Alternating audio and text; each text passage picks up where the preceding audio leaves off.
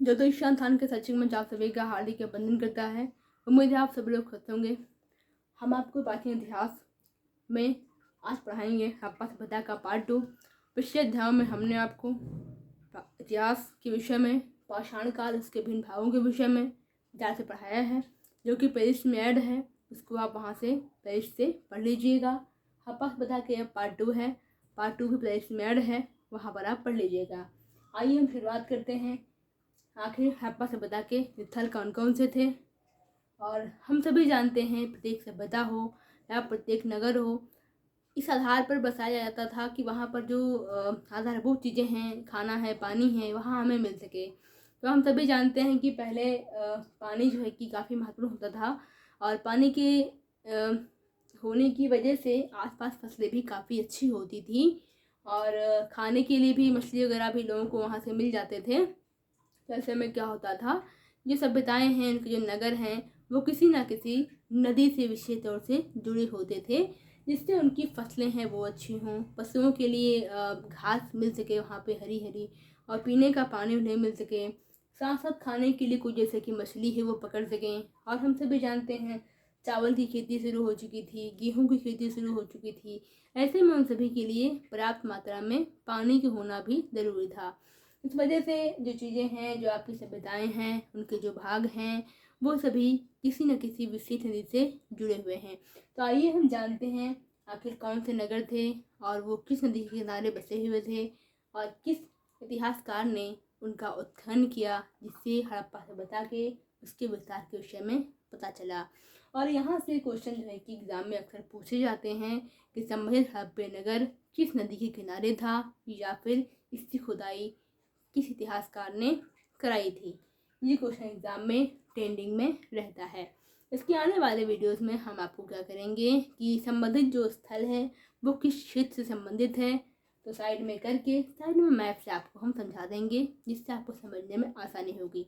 तो आइए हम जानते हैं आज आखिर हड़प्पा के स्थल कौन कौन से थे, उसका उत्खनन का कार्य किन इतिहासकारों के द्वारा किया गया था। इसके अलावा जब खुदाई हुई तब बहुत सारी चीज़ें भी वहाँ से हमें प्राप्त हुई थी, उसके लिए भी आपको हम बहुत अच्छे समझा देंगे। फिलहाल आइए हम जानते हैं प्रमुख मिले हड़प्पा नगर और उनकी उत्खननकर्ता के विषय में जानते हैं। आइए शुरुआत करते हैं। सबसे पहले आपका आता है हड़प्पा स्थल है। हड़प्पा स्थल आपका रावी नदी के किनारे स्थित था। ये एग्जाम में बहुत ट्रेंड होता है, हड़प्पा स्थल किस नदी के किनारे स्थित था, तो ये रावी नदी के किनारे स्थित था।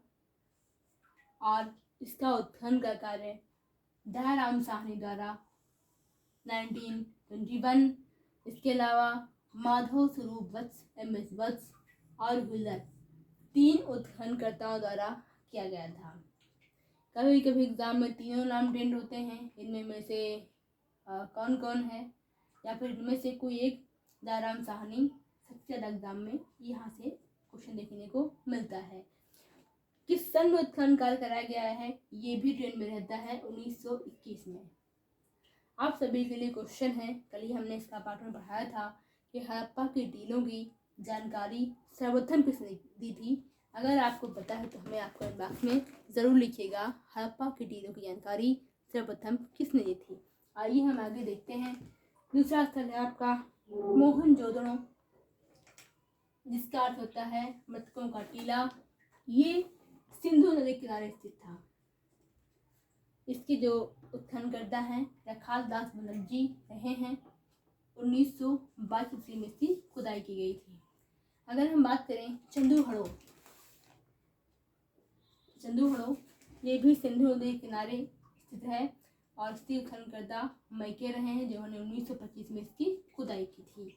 अगर हम बात करें कालीबंगा, जिसका अर्थ होता है काली चूड़ियों, ये जो है कि घग्गर नदी के किनारे स्थित था, और इसकी खुदाई अब्दानंद घोष, अलावा बीबी लाल और थापर के द्वारा की गई थी। अगर हम बात करें कोट दीजी, ये सिंधु नदी के किनारे स्थित था। फजल अहमद ने 1953 में इसकी खुदाई की थी। रंगपुर, ये स्थित था मादन नदी के किनारे, और इसकी जो उत्खनन का कार्य है वो रंगनाथ राव द्वारा 1954 में किया गया था। आगे हम बात करते हैं रोपड़ की, जो कि सत्तर नदी के किनारे स्थित था और इसकी खुदाई किसने की थी? यज्ञदत्त शर्मा ने की थी। लोथल जो है कि बंदरगाह के रूप में जाना जाता है, पत्तन था यहाँ का। हड़प्पा का, जो कि भोगवा नदी के किनारे स्थित था और रंगनाथ राव ने इसकी खुदाई की थी। 1954 में इसकी खुदाई की है। आलमगीरपुर जो है कि ये आपका हिंडन नदी के किनारे स्थित था और यज्ञदत्त शर्मा उत्खनन करता थे इसके, जिन्होंने इसके खुदाई का कार्य किया था। अगर हम बात करें सूतकांगे डोर से, तो ये दाश नदी के किनारे स्थित था और आरेल स्टाइन ने इसकी खुदाई की थी। 1927 में इसकी खुदाई हुई थी। अगर हम बात करें बनमाली, जो कि रंगोई किनारे स्थित था, रंगोई नदी थी, इसके द्वारा स्थित था और इसकी खुदाई की गई थी रविंद्र नाथ बिष्ट के द्वारा की गई थी। बनमाली स्थल है और रंगोई नदी के किनारे स्थित था। आगे हम बात करते हैं धौलावीरा से। धौलावीरा ये लूनी नदी के किनारे स्थित है और इसके उत्खननकर्ता जेपी जोशी, इसके अलावा रविंद्र सिंह बिष्ट भी होंगे। और आगे हम बात करते हैं सूतकाह की। सूतकाह आपका शादीकौर नदी के किनारे स्थित था और इसके जो उत्खननकर्ता थे वो थे आपके जॉर्ज डिल्स, जिन्होंने 1962 ईस्वी में इस स्थल की खुदाई की थी। ये रहे आपके हड़प्पा समय कुछ बहुत ही महत्वपूर्ण स्थल, जिनका उत्खनन कार्य विभिन्न इतिहासकारों के द्वारा किया गया था, जिसके विषय में हमें बहुत सारी जानकारी मिली, बहुत सारी वस्तुएं भी हमें यहाँ से प्राप्त हुई थी। तो ये रहा आपके कुछ स्थल हड़प्पा के, बहुत ही महत्वपूर्ण स्थल हैं। यहाँ से एग्जाम में क्वेश्चन अक्सर ट्रेंडिंग हुआ करते हैं कि संबंधित स्थल किस नदी के किनारे स्थित था, जैसे कि हड़प्पा किस नदी के किनारे स्थित था, रावी नदी के किनारे स्थित था, या फिर हड़प्पा का उत्खनन कार्य किसने करवाया था? दयाराम साहनी ने करवाया था। हड़प्पा का उत्खनन कार्य प्रारंभ हुआ था, सन देगा आपको कुछ 1920, 22, 25, 26 करके देगा आपको। राइट ऑप्शन होगा आपका 1921। ऐसे ही मोहनजोदड़ो का जो है कि उत्खनन किसने कराया था? तो राइट ऑप्शन आपको होगा रखालदास मर्जी ने करवाया था। कब करवाया? 1922 में करवाया था। ये नदी किस किनारे स्थित है? तो ये सिंधु नदी के किनारे स्थित है। ऐसे क्वेश्चन आपके एग्जाम में ट्रेंड होते रहते हैं। आगे जो आपकी वीडियो बनेगी वहाँ पर आपको हम बताएंगे आखिर ये सब किन किन प्रांतों में स्थित थे, क्योंकि ये भी बहुत महत्वपूर्ण टॉपिक रहेगा आपका। जैसे में आप पूरा पढ़िएगा जिससे आपको अच्छे समझ में आए और आप जान पाएँ। हम सभी जानते हैं हड़प्पा का जब उत्खनन कार्य शुरू हुआ था तो भारत और पाकिस्तान का विभाजन नहीं हुआ था। ऐसे में आप पे कुछ स्थल पाकिस्तान में हैं तो कुछ स्थल आपके इंडिया में हैं। क्योंकि हड़प्पा स्थल की हमें जानकारी मिली थी तो सब कुछ इसमें ऐड किया जाएगा, जिससे हड़प्पा की कोई जानकारी है वो सबर के सामने आती है। इस वजह से सभी स्थलों को एक साथ पढ़ाया जाता है और उनको एक साथ ही रख करके उसके विषय में बताया जाता है। तो कुछ स्थल आपके पाकिस्तान में पढ़ेंगे, कुछ आपके इंडिया में पढ़ेंगे, ऐसा इसमें रहेगा। Thank you. आगे की वीडियो से तैयार रहेगा जहां हम आपको बताएंगे आपके प्रांत कौन कौन से हैं, कहाँ पढ़ेंगे मैप के द्वारा।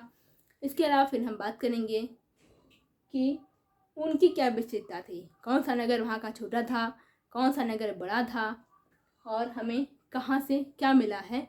इसकी विशेषता आपको हम बनवाएंगे, जो कि परीक्षा की दृष्टि से बहुत ही महत्वपूर्ण होती है, जहाँ से हर एग्ज़ाम में लगभग 2 क्वेश्चन आते ही आते हैं। Thank you. अपना ख्याल रखिएगा, पढ़ते रहिएगा, आगे बढ़ते रहिएगा।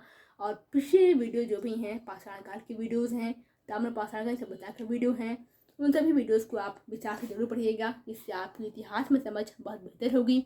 लेक्चर वीडियो के साथ साथ हिस्ट्री प्रैक्टिस सीरीज भी शुरू हो चुकी है, जहाँ पर 2-3 वीडियो डाले गए हैं। वो क्वेश्चन परीक्षा की दृष्टि से बहुत ही महत्वपूर्ण होंगे, तो उन प्रैक्टिस क्वेश्चन को भी आप ज़रूर देखिएगा। Thank you.